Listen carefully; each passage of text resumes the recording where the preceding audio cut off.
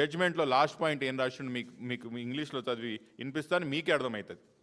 దీంట్లో లాస్ట్లో ఎన్జిటి ఆర్డర్లో లాస్ట్లో ఏం చెప్పిందంటే, in the result it is held that the EIA report, environmental impact assessment report, is not comprehensive and the project proponent is directed to add more comprehensive study in the lines indicated above.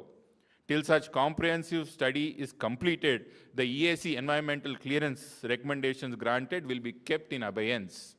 చూస్తున్నారు కదా మీరు, ఇది క్లారిటీగా NGT ఏం చెప్పింది, మీరు submit చేసినటువంటి పనికిమాలిన రిపోర్టు కరెక్ట్గా సరిపోదు, ఇది పనికిమాలకంగా ఉన్నది, మీరు చెప్పిన లైన్స్లో మీరు ప్రపోజల్ సబ్మిట్ చేయలేరు కాబట్టి ఉన్న పర్మిషన్స్ కూడా అభ్యన్స్లో పెడుతున్నామని చెప్పి ఎన్జిటి ఆర్డర్ ఇచ్చింది.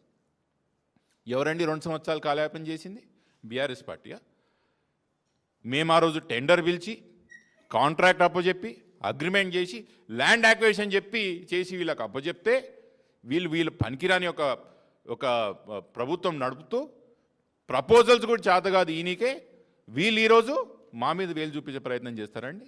మళ్ళీ చెప్తున్నాను సోదరులారా, నాకు ఈరోజు రాజకీయాలు మాట్లాడడం లేదు, చాలా బాధతో మాట్లాడుతున్నా, ఎందుకంటే బాధ్యతతో మాట్లాడుతున్నా. ఎస్, ప్రజలు ఈరోజు మా దిక్కు వేలు చూపిస్తున్నా కూడా మేము తీసుకుంటున్నాం ధైర్యంగా.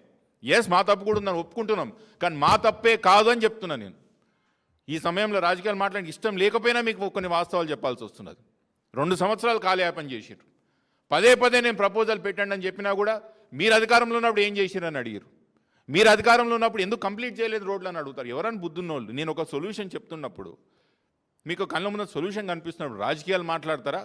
లేదా అప్పుడే ఈ ప్రపోజల్ సబ్మిట్ చేసి ఈ రోడ్ మొదలుపెట్టింటే ఇంతమంది చనిపోయేవారు కాదు కదా.